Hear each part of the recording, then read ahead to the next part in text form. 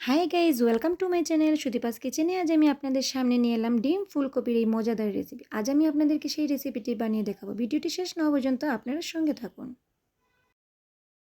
প্রথমে আমি আস্ত একটা ফুলকপিকে টুকরো করে কেটে নিয়েছি পেঁয়াজ বাটা, টমেটো পিউরি, ধনেপাতা, কাঁচা লঙ্কা, ডিম আর নিয়েছি টুকরো করে কেটে রাখা আস্ত একটা টমেটো। এখন আমি চুলোতে কড়াইটা বসিয়ে দিয়েছি। ফুলকপিগুলো সেদ্ধ করার জন্য কড়াইতে পরিমাণ মতো জলটা দিয়ে দিলাম।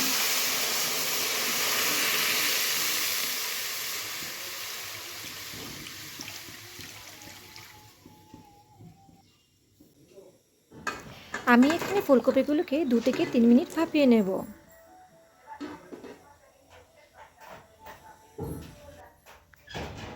আমি এখানে গ্যাসের ফ্লেমটাকে হাই ফ্লেমেই রেখেছি।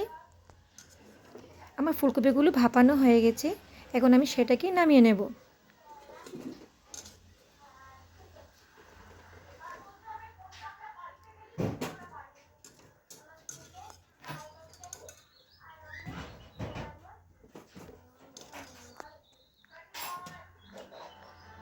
সেম একইভাবে কড়াইতে আমি আরও কিছুটা পরিমাণ জল দিয়ে দিয়েছি। ডিমগুলো সেদ্ধ করার জন্য কড়াইতে আরও কিছুটা পরিমাণ জল দিয়ে দিলাম।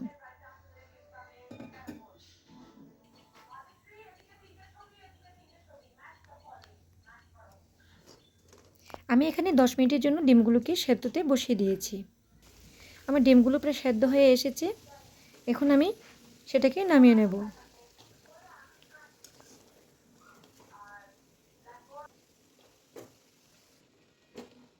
কড়াইতে আমি পরিমাণ মতো তেল দিয়ে দিলাম।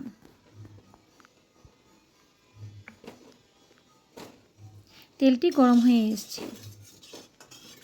এখন আমি সেদ্ধ হওয়া ফুলকপির টুকরোগুলোকে সেই তেলের মধ্যে দিয়ে দিয়েছি।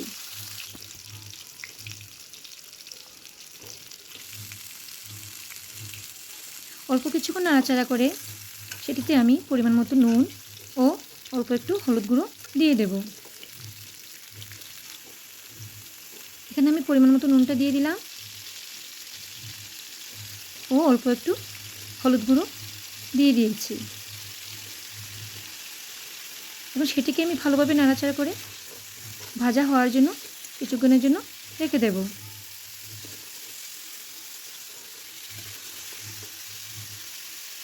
আমি গ্যাসের ফ্লেমটাকে মিডিয়ামে রেখেছি। দেখুন আমার ফুলকপি টুকরোগুলো প্রায় একটা সাইড প্রায় মোটামুটি ভাজা ভাজা হয়ে এসছে। এখন আমি অপর সাইডটি ভাজা হওয়ার জন্য সেটাকে নাড়াচাড়া করে পাল্টে দিয়েছি। আমার ফুলকপি টুকরোগুলো প্রায় ভাজা ভাজা হয়ে এসছে, ভেতর থেকে পুরোপুরি সেদ্ধ হয়ে এসছে। এখন আমি সেটাকে নামিয়ে নিচ্ছি।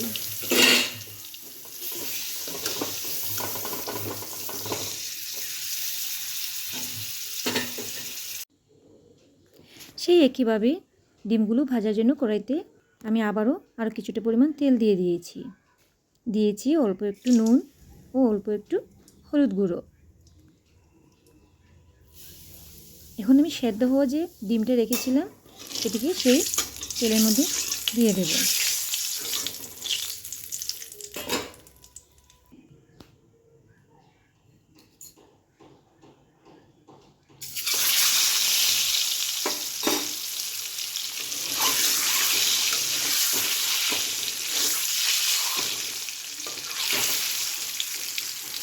অল্প কিছুক্ষণ নাড়াচাড়া করে ডিমগুলোকে ভালোভাবে ভেজে নিয়েছি। এখন আমি সেটাকে একটু পাত্রে নামিয়ে নিচ্ছি।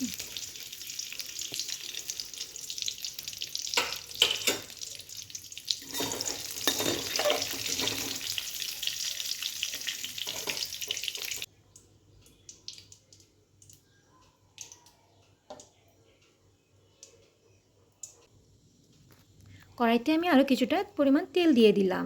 আমার তেলটি গরম হয়ে এসছে। এখন আমি ফোড়ন হিসেবে 2টো তেজপাতা ও বেটে রাখা 1 বাটি পেঁয়াজ সেটিও দিয়ে দেব। আমার পেঁয়াজটি দেওয়া হয়ে গেছে। এখন আমি একে একে সব মশলাগুলো দিয়ে দেবো। দিয়ে দিয়েছি হলুদ গুঁড়ো, লঙ্কা গুঁড়ো, দিয়েছি নুন আর দিয়েছি পরিমাণ মতো জিরে গুঁড়োটাও দিয়ে দেবো। আমার সব মশলাগুলো প্রায় দেওয়া হয়ে গেছে। এখন আমি সব মশলাগুলোকে ভালোভাবে নাড়াচাড়া করে সেটিকে কিছুটা কষিয়ে নেব। আমার মশলাগুলো কিছুটা কষানো হয়ে গেছে। এখন আমি বেটে রেখে যে টমেটো পিউরিটা নিয়েছিলাম সেটিও দিয়ে দেবো। সব উপকরণকে ভালোভাবে নাড়াচাড়া করে ভালোভাবে কষিয়ে সেটাতে কেটে রাখা যে টমেটো নিয়েছিলাম সেটিও দিয়ে দেবো, আর দিয়ে দেবো চেরা কাঁচা লঙ্কাটাও।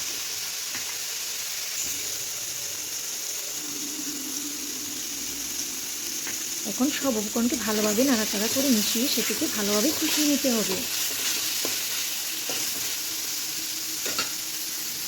দেখুন আমার মশলাগুলো প্রায় কষানো হয়ে গেছে।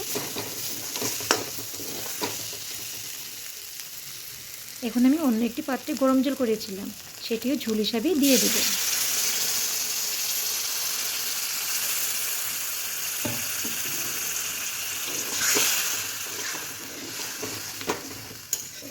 দেখুন আমার এই গ্রেভিটা কি সুন্দরভাবে তৈরি হয়ে এসেছে, কি সুন্দর কালার এসেছে, উপরে ফুটে উঠেছে। এখন আমি উপর থেকে হালকা কিছুটা পরিমাণ গরম মশলা ছড়িয়ে দেব। সেটিকে আলতো হাতে নাড়াচাড়া করে সেটিকে ভেজে রাখা যে ডিম ও ফুলকপি রেখেছিলাম সেটিও দিয়ে দেব।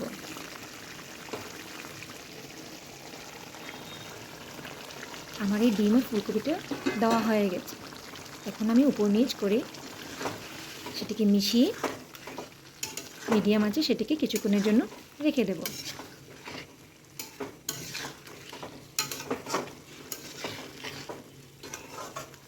ভালোভাবে মেশানো হয়ে গেছে। এখন আমি সেটাকে মিডিয়াম আঁচে কিছুক্ষণের জন্য রেখে দিয়েছি। দেখুন আমার ঝোলটি ফুটে উঠেছে।